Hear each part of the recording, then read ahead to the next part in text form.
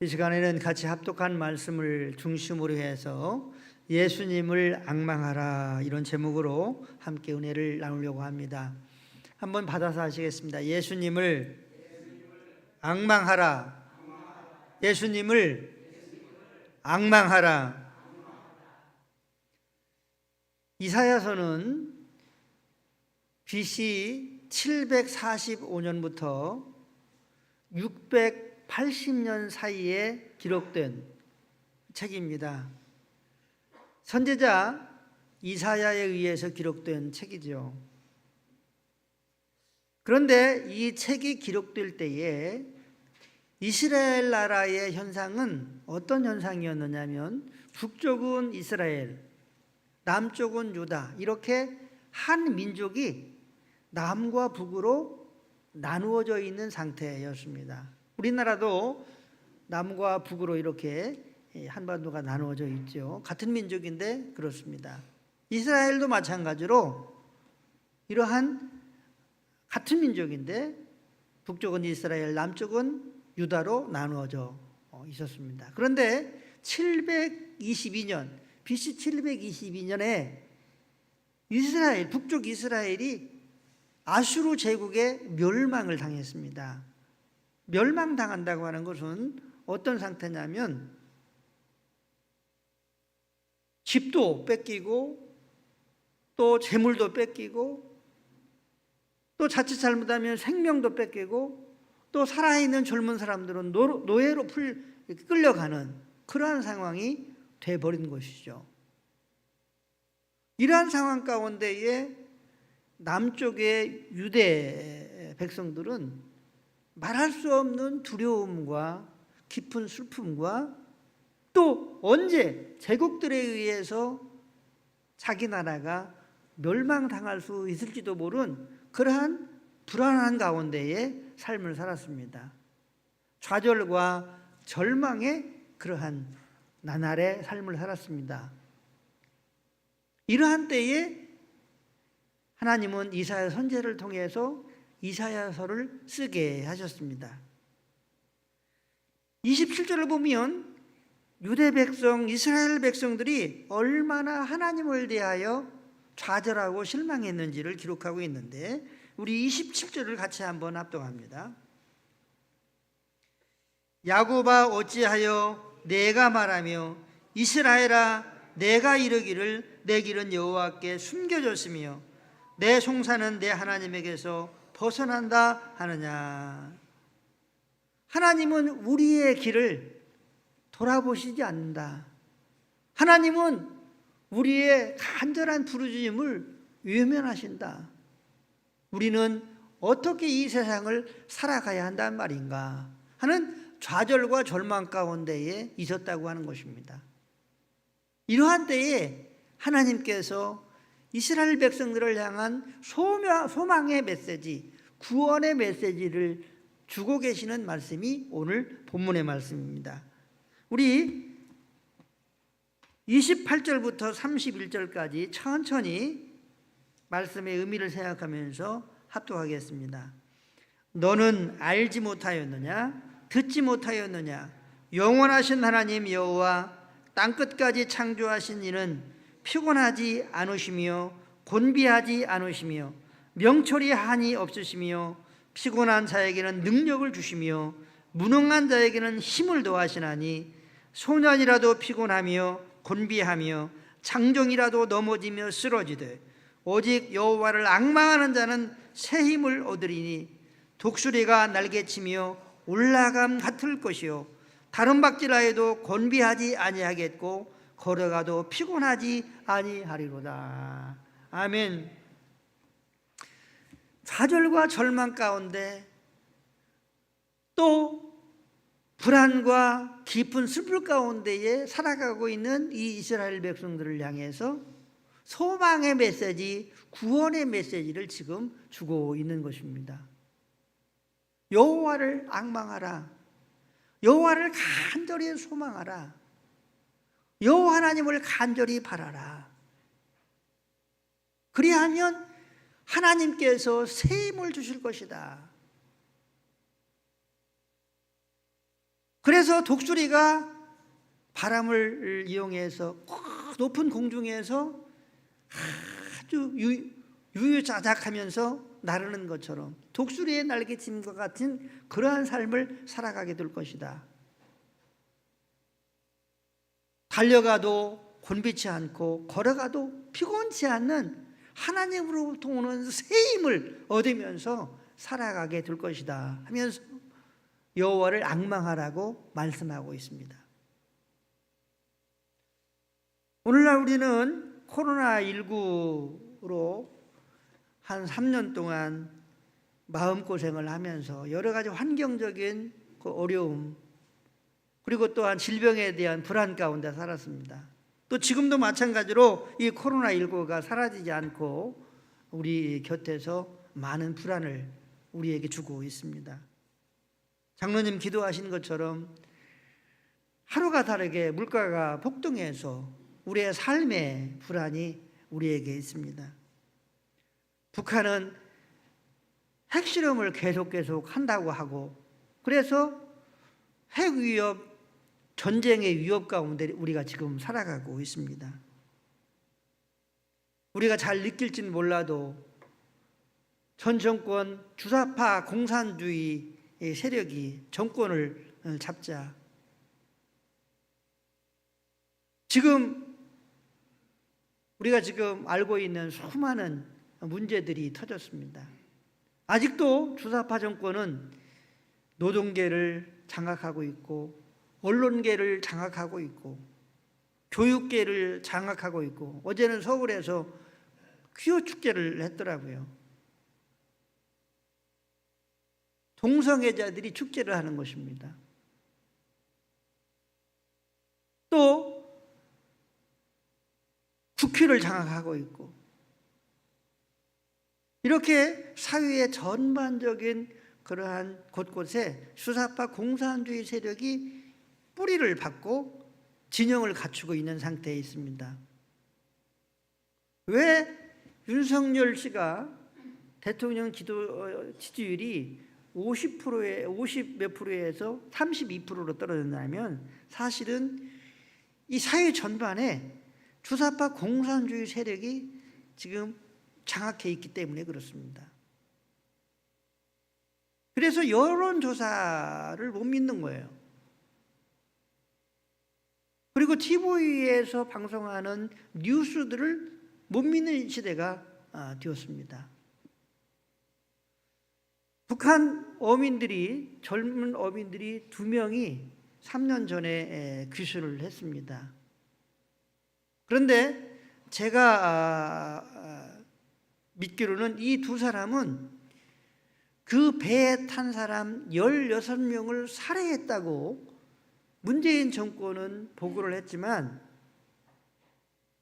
이 사람들은 16명이나 되는 이 사람들을 탈북시키기 위해서 활동했던 브로커라는 거예요. 이 청년들이 살고 있는 시가 해산시인데 32만 명이 살고 있다고 합니다. 그런데 이 해산시의 주민 16명이 죽었으면 난리가 난다는 거죠. 그런데 조용하다는 거예요. 그러니까 16명이 그 배에 탔는데 사전에 발각이 되어가지고 이 16명이 다 체포해가지고 증발돼 가버린 거예요. 그러니까 이 두 사람이 자신들이 살기 위해서 그 배를 타고 남하한 것으로 제가 알고 있습니다. 그런데 문재인 정권은 어떻게 했습니까? 이 젊은 두 사람을 16명을 죽였다는 살해 누명을 써가지고 그냥 5일 만에 북송을 시켜버렸습니다. 돌려보냈습니다. 그래서 그 두 사람이 사형을 당했어요. 죄의 명목은 살인자라고 하는 명목으로 저들이 처형당한 것이 아니라 국가 반역자라고 하는 명목으로 처형을 당했습니다. 그러니까 이 남한에서는 16명을 죽인 살인자라고 그렇게 국민들에게 알렸지만 북한에서는 국가 반역자로 죽인 거예요. 살인자라고 하는 것은 빠진 거란 말이죠. 그래서 지금 박지원이나 설훈 이러한 전 원장들이 지금 이제 수사를 받게 되고 또 감옥에 되지 않을까 싶습니다. 서해 바다를 지키는 공무원이 실족이 됐는지 어떻게 됐는지는 모르는데 바다에서 발견이 됐어요. 6시간 동안 우리 남한 정부가 이 사실을 알았는데도 불구하고 그 서해 공무원을 구출하려고 노력하지 않았다는 겁니다. 결국 이 서해 바다를 지키는 공무원은 불에 타 살해되고 말았습니다. 죽고 말았습니다. 북한에서 그렇게 비참하게 죽였어요. 그런데 이 서해 공무원을 어떻게 지금 문 정권이 우리에게 말을 했느냐면 이 사람은 탈북을 시도하다가 그렇게 되었다. 이제 수사가 이루어지게 되면 이 사실도 분명하게 알게 될 것입니다. 만약에 이러한 사실들이 거짓이라고 하면 주사파 공산주의 문재인 세력은 살인자요 그리고 국가와 국민을 위한 그러한 대통령이요 정부가 아니라 북한을 이롭게 하는 그러한 사람, 그러한 정부라고 말할 수 있습니다. 우리는 이러한 시대에 살고 있는 것입니다. 그러면 이러한 시대에 살고 있는 우리들을 향해서 오늘 우리 하나님은 여러분과 저를 향해서 무엇이라고 말씀하시느냐면 예수님을 간절히 소원하라고 말씀하고 있습니다. 예수님을 간절히 앙망하라고 말씀하고 있습니다. 예수님을 간절히 소원하고 예수님을 간절히 앙망할 때에 예수님을 알게 될 때에 예수님을 경험하게 될 때에 독수리의 날개 짐같이 올라가는 하나님이 주시는 새 힘을 받아 살아가게 될 것이고 달려가도 피곤치 않고 걸어가도 피곤치 않는 이러한 역동적인 인생의 삶을 죄를 이기고 세상을 이기고 마귀를 이기고 수많은 근심과 어려움과 좌절과 절망을 이길 수 있는 그러한 신비로운 삶을 살아갈 수 있다고 말씀하고 있습니다. 이렇게 예수님을 간절히 앙망하게 되면 하나님이 주시는 새 힘뿐만 아니라 하나님과 우리와의 관계가 화목하는 관계가 되어집니다. 다윗은 예수님을 간절히 사모하는 사람이었습니다. 시편 대부분이 예수님을 간절히 사모하는 다윗의 시편입니다. 사도행전 16장 22절을 보면 바로 이 다윗을 향하여 내 마음에 맞는 사람이다 이렇게 말씀하고 있습니다. 우리 사도행전 13장 22절을 같이 합독합니다. 패하시고 다윗을 왕으로 세우시고 증언하여 이르시되 내가 이새의 아들 다윗을 만나니 내 마음에 맞는 사람이라 내 뜻을 다 이루리라 하시더니 아멘. 예수님을 간절히 앙망하는 이 다윗을 향하여 내 마음에 맞는 사람이다. 이 다윗을 향하여 내 뜻을 이루겠다 이렇게 말씀하고 있습니다. 더 나아가서 예수님을 간절히 앙망할 때에 예수님은 여러분과 저를 지켜주십니다. 여러분을 보호해 주십니다. 그리고 우리 모두를 푸른 초장 쉴 만한 물가로 인도하시는 줄로 믿으시기를 바랍니다. 우리 시편 23편을 잘 알지만 한번 같이 합독하도록 하겠습니다. 여호와는 나의 목자시니 내게 부족함이 없으리로다. 그가 나를 푸른 풀밭에 누이시며 쉴 만한 물가로 인도하시는도다. 내 영혼을 소생시키시고 자기 이름을 위하여 의의 길로 인도하시는도다. 내가 사망의 움츠만 골짜기로 다닐지라도 해를 두려워하지 않을 것은 주께서 나와 함께 하심이라. 주의 지팡이와 막대기가 나를 안위하시나이다. 주께서 내 원수의 목전에서 내게 상을 차려주시고 기름을 내 머리에 부으셨으니 내 잔이 넘치나이다.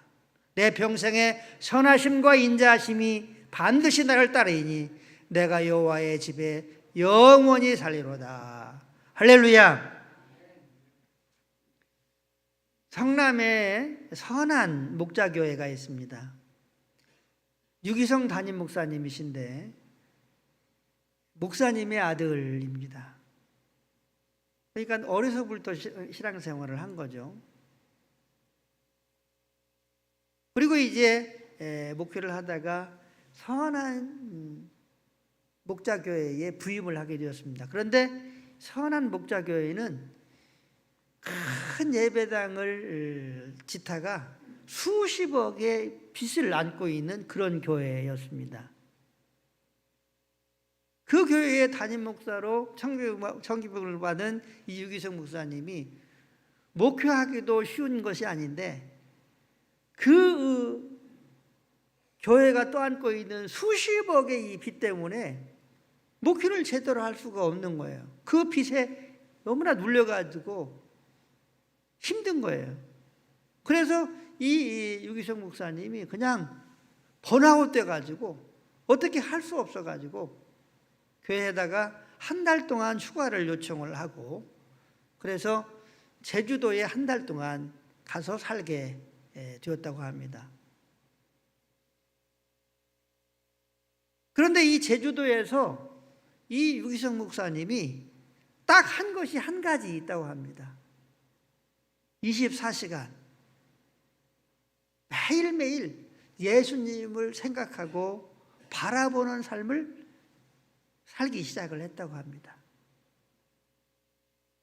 다른 건 하지 않고 오직 예수님만 생각하고 예수님만 바라보고 그렇게 매일매일 살기 시작하는데 하루가 지나고 일주일이 지나고 2주일이 지나고 3주일이 지나면서 자기가 번아웃 되었던 그 영성이 채워지기 시작하더라는 거예요. 다른 거 하지 않았대요. 예수님만 생각하고 예수님만 바라봤다는 거예요. 아마 틀림없이 이 유기성 목사님은 뭐 성경을 읽었다든지 뭐 이런 다른 책을 읽었다든지 그런 부분에 대해서 거의 하지 않았으리라고 생각을 해요. 오직 예수님만 생각하고 예수님만 바라보았다는 거예요. 한 달이 되니까 완전히 회복되고 하나님의 은혜로 하나님의 성령으로 충만해져서 교회에 다시 돌아가서 목회를 잘 할 수 있었다고 그렇게 간증을 하는 것을 들었습니다. 그리고 지금 이 유기성 목사님은 자기 교회 성도들과 함께 매일매일 영성 일기를 쓰면서 24시간 동안 예수님을 바라보기 운동을 하면서 목회를 성공적으로 잘하고 있습니다. 물론 하나님께서 선한 목자교회에 수십억 아마 100억도 더 줄 거예요. 제 기억으로는 그렇게 되는 빚을 다 갚게 하시고 목회를 승리 가운데 하게 하셨습니다. 예수님을 간절히 앙망할 때에 새 힘을 얻게 됩니다. 할렐루야. 독수리의 날개침과 같은 그러한 하나님의 놀라운 신비의 삶을 살아가게 됩니다. 하나님과 화목의 관계를 이루게 되고 하나님께서 내 마음에 맞는다고 하는 그러한 사람으로 다윗처럼 인정받게 되는 줄로 믿으시길 바랍니다. 뿐만 아니라 푸른 초장 쉴만한 물가로 목자가 양을 인도하듯이 우리 예수님의 지키심과 보호하심을 받을 뿐만 아니라 푸른 초장으로 인도함을 받는 복된 생애가 될 줄로 믿습니다. 한번 받아드리겠습니다. 주여, 이러한 삶을 나에게 주십시오. 나에게 주십시오. 할렐루야. 그렇습니다. 우리에게는 새 힘이 필요합니다. 새 은혜가 필요합니다. 새 능력이 필요합니다. 새 축복이 필요합니다. 새 건강이 필요합니다. 우리에게는 하나님이 주시는 새 힘이 필요합니다. 독수리의 날개심과 같은 놀라운 하나님의 역동적인 신비의 삶이 필요합니다. 그리고 또한 푸른 초장 쉴만한 물가로 인도함을 받는 평안하고 평탄한 삶을 살아가는 것이 우리에게 필요합니다. 이 축복을 받는 우리 모두가 될 수 있게 되시기를 예수님의 이름으로 간절히 축원합니다. 축원합니다. 그러면 우리는 예수님을 어떻게 앙망할 수 있습니까? 첫 번째로는 정규 예배를 잘 드려야 됩니다. 공예배를 잘 드려야 됩니다.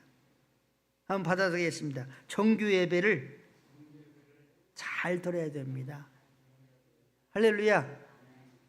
주일날 예배는 빠지면 안 됩니다. 주일날 한 번 빠지면은요 15일 동안 영적인 공백이 여러분에게 있는 겁니다. 한번 받아드리겠습니다. 주일날 한 번 빠지면 보름 동안에 영적 공백이 나에게 있는 것이다.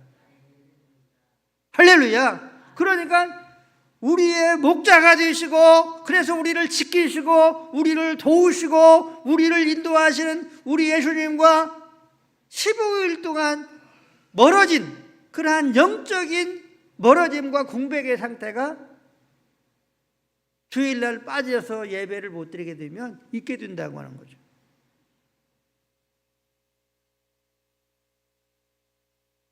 그렇기 때문에 정규 예배, 주일날 예배를 잘 드려야 됩니다. 더 나아가서 할 수 있다면 수요일날 예배도 드려야 될 줄로 믿으시기를 바랍니다. 왜냐하면 이 예배는 예수님에게 드리는 겁니다. 예배는 예수님을 간절히 바라는 것입니다. 예배는 예수님을 아는 시간입니다. 예배는 예수님을 경험하는 시간입니다. 예수님이 누구십니까? 여러분과 저의 주인이십니다. 여러분과 저의 생명이십니다. 우리의 목자이십니다. 우리의 왕이십니다. 우리의 구원자십니다. 우리를 복되게 하시는 분입니다. 우리를 승리케 하시는 분입니다. 우리를 천국으로 인도하시는 분입니다. 원수 마귀로부터 우리를 지키시는 분이십니다. 우리를 보호하시는 분이십니다. 예배는 우리 예수님에게 드리는 겁니다. 하나님 되시는 예수님에게 드리는 겁니다. 그래서 이 공예배를 잘 드리지 못하면 우리는 그만큼 복에서 멀어지는 것입니다. 빛에서 멀어지는 것입니다. 삶 속의 구원에서 하나님의 축복에서 멀어진다고 하는 것입니다. 예배를 드리기 전에 우리 승주와 설아가 예배당에 간다는 거예요. 그래서 승주 가자. 그래서 제가 이제 승주를 데리고 올라갔어요. 그런데 설아도 자기도 오는 거예요. 이렇게 엉금엉금 켜가지고 오는 거예요.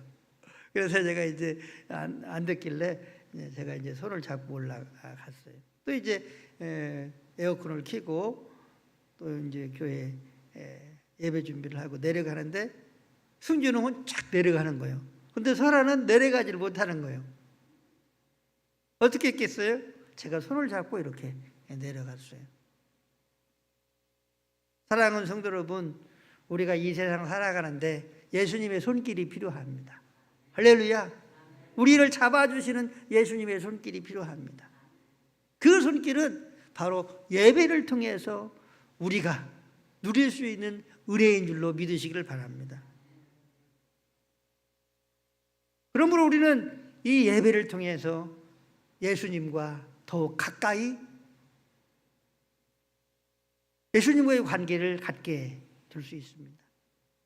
예수님의 은혜를 받을 수 있습니다. 예수님의 도움을 받을 수 있습니다. 예수님의 축복을 받을 수 있습니다. 예수님의 역사하심을 받는 시간이 예배 시간입니다. 그러므로 공예배, 주일 성수 꼭 드릴 수 있게 되기를 바랍니다. 수요 예배까지 더 나아가서 드릴 수 있게 되기를 주의 이름으로 축복합니다. 두 번째로 특별한 은혜를 구함으로 예수님을 앙망할 수 있습니다. 한번 받아서겠습니다. 특별한 은혜를 구함으로 앙망할 수 있습니다. 우리가 어떤 예수님의 이름으로 하는 세미나에 참석해서 그 세미나를 들음으로 특별한 은혜를 받을 수 있습니다. 또 부흥회를 개최해서 특별한 은혜를 받을 수 있습니다. 또 어떤 특별한 강사를 초빙을 해서 은혜를 받을 수 있습니다. 8월 14일, 15일 날 이틀 동안에 있는 또 여름 수련회를 통해서, 이런 수련회를 통해서 특별한 은혜를 우리가 받을 수 있습니다. 특별한 은혜되는 모임에 참석하는 이 행위를 통해서 우리는 예수님을 앙망할 수 있습니다. 예수님을 바라보고, 예수님을 알고, 예수님을 경험하고, 예수님의 손을 잡게 되기도 하고, 예수님의 사랑을 느끼기도 하고, 할렐루야. 예수님의 치료를 받기도 하고, 예수님의 복을 받기도 하고, 할렐루야. 코로나 3년 동안 우리는 부흥회도 못했습니다. 그리고 어떤 집회에도 참석을 못했습니다. 세관그룹의 윤찬 회장님을 모시고 우리가 은혜를 받으려고 코로나 전에 계획을 했었는데 코로나가 딱 온 거예요. 그래서 특별 강사를 초청해서 우리가 은혜를 받는 시간도 없었습니다. 그런데 조금 이제 코로나가 좀 이렇게 위협해서 느슨해지고 그래서 같이 이렇게 모여서 은혜 받는 일들이 가능해졌습니다. 그래서 12비전에서는 한명철 강사 목사님을 모시고 8월 14일 날, 15일 날 이틀 동안 수련회를 합니다. 바라옵게는 이 수련회에 다 참석을 하셔서 특별한 시간에 특별한 방법으로 예수님을 간절히 앙망함으로 예수님을 꼭 만나는, 경험하는, 그리고 복을 받는 축복이 있게 되시기를 예수님의 이름으로 간절히 축원합니다. 다른 때는 모르겠어요. 그런데 이번만큼은 다 꼭 참석을 하시기를 바랍니다. 이 목사님은 유명하고 위대한 목사님은 아닌데 제가 보니까 그냥 흙 속에 감춰져 있는 진주나 다이아몬드 같은 목사님이더라고요. 그래서 이번 기회에 우리 태석교 목사님, 성도님들은 다 참석하셔서 은혜를 받으셔야 되겠구나. 이런 생각이, 이런 소원이 저에게 너무나 간절한 거예요. 세 번째로는 매일매일 경건의 생활로 예수님을 앙망할 수 있습니다. 한번 받아보겠습니다. 매일매일의 경건 생활로 예수님을 앙망할 수 있습니다. 매일매일의 경건 생활로 예수님을 앙망할 수 있습니다. 매일매일 기도하는 시간을 정해서 기도하는 기도 시간을 가짐으로 앙망할 수 있습니다. 저녁 기도, 새벽 기도를 함으로 앙망할 수 있습니다. 매일매일 성경을 읽음으로 예수님을 앙망하게 됩니다.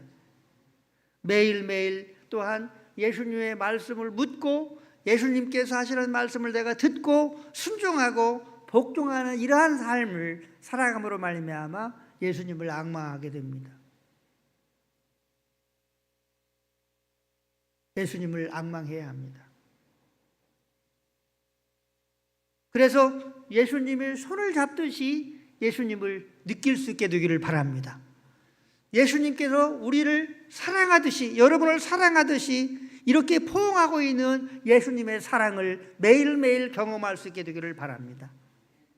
그래서 예수님께 주시는 새 힘으로 살아갈 뿐만 아니라 독수리의 날개침같이 올라가는 그러한 놀라운 하늘의 신비와 능력으로 죄를 이기고 세상을 이기고 마귀를 이기고 수많은 근심과 삶의 역경들을 이길 수 있게 되기를 주님의 이름으로 축복합니다.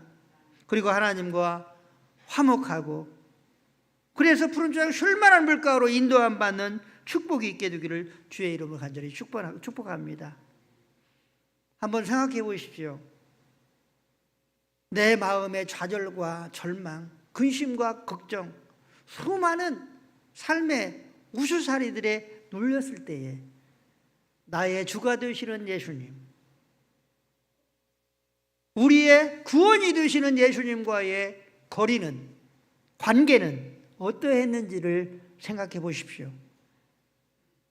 아마 그러한 불신앙의 순간에는 예수님은 저 멀리, 예수님은 보이지 않는 그곳에 있고 홀로 예수님과 떨어져 있는 내 자신을 발견하게 될 것입니다. 마음으로 멀어지고 기도로 멀어지고 그리고 예배로 멀어지고 매일매일의 경건 생활에서 멀어진 나를 발견하게 될 것입니다. 예수님과 멀어진 나 자신을 발견하게 될 것입니다.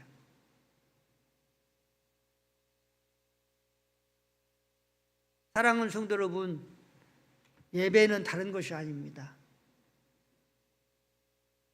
예배를 드리는 이 순간에 예수님의 사랑을 느낄 수 있게 되기를 바랍니다. 예배를 드림으로 예수님의 손을 붙잡는 시간이 될 수 있게 되기를 바랍니다. 예배를 드림으로 말미암아 예수님을 경험하는 그러한 은혜가 있게 되기를 주의 이름으로 축원합니다. 그래서 끊임없이 예배 가운데에 예수님을 앙망하고 또한 기도 가운데에 예수님을 앙망하고 말씀을 읽으면서 예수님을 앙망하고 삶 속에서 끊임없이 예수님을 생각하고 바라보는 앙망을 통해서 오늘 하나님께서 우리에게 약속하신 새 힘과 그리고 곤비치 않는 놀라운 은혜와 축복이 그리고 예수님과의 화평과 그리고 예수님의 인도를 받는 놀라운 은혜와 축복이 우리 가운데 넘칠 수 있게 되시기를 예수님의 이름으로 간절히 축원합니다. 축원합니다.